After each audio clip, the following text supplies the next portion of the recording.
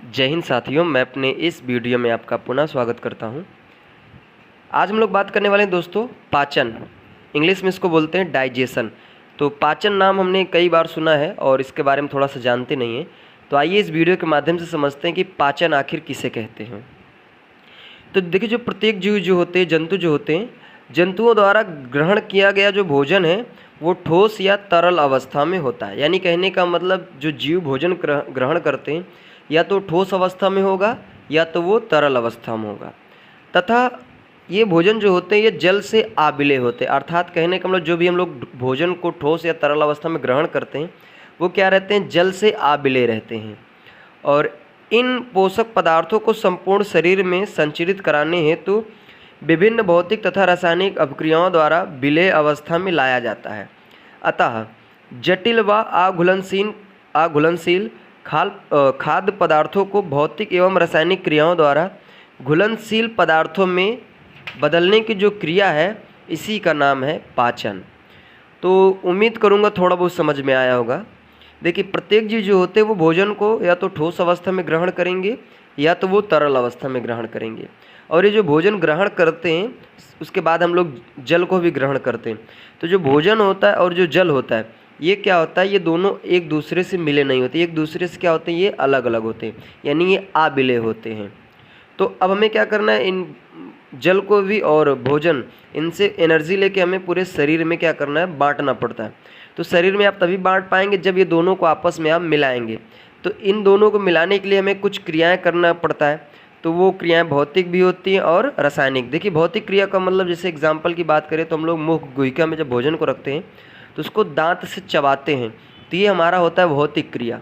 उसके बाद होता है रासायनिक क्रिया। जब वो पेट के अंदर जैसे प्रवेश करता है तो हमारे शरीर में बहुत सी ग्रंथियाँ होती हैं जो अपने अंदर से वो पाचक रस को छोड़ती हैं। तो वो पचाने की क्रिया करते हैं, यानी दोनों जल और भोजन को मिलाने का कार्य करते हैं। तो वो होता है रासायनिक। तो भौतिक और रासायनिक क्रियाओं द्वारा उनको क्या करते हैं, विलेय अवस्था में, अर्थात दोनों को आपस में मिला दिया जाता है। और या फिर आप ये कह सकते हैं कि अतः जटिल एवं अघुलनशील जो खाद्य पदार्थ है उसको आप भौतिक और रासायनिक विधियों द्वारा घुलनशील, अर्थात उसको आपस में घोल मिल दीजिए। तो इसी घटना का नाम है पाचन।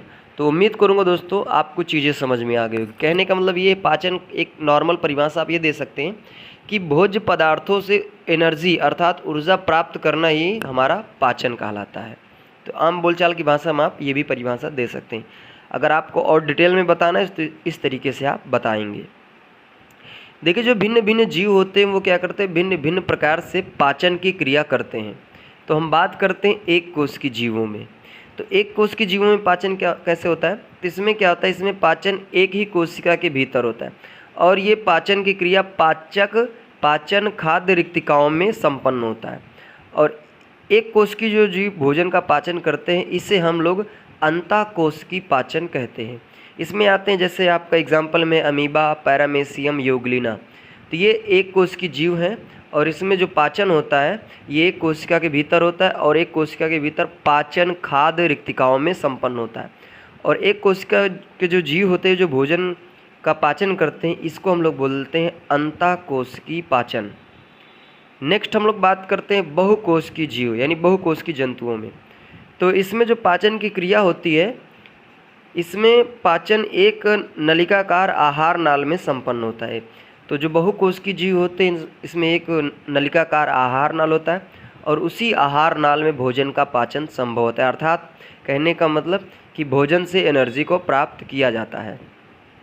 इसमें अनेक पाचक ग्रंथियों से स्रावित पाचक रस की सहायता से भोजन का पाचन किया जाता है। और बहुकोश की जीवों में जो भोजन का पाचन होता है उसे हम लोग बाह्य कोश की पाचन कहते हैं। तो जो बहुकोश की जीव होते हैं इसमें पाचन एक नलिकाकार आहार नाल होता है, उसी में भोजन के पाचन होता है।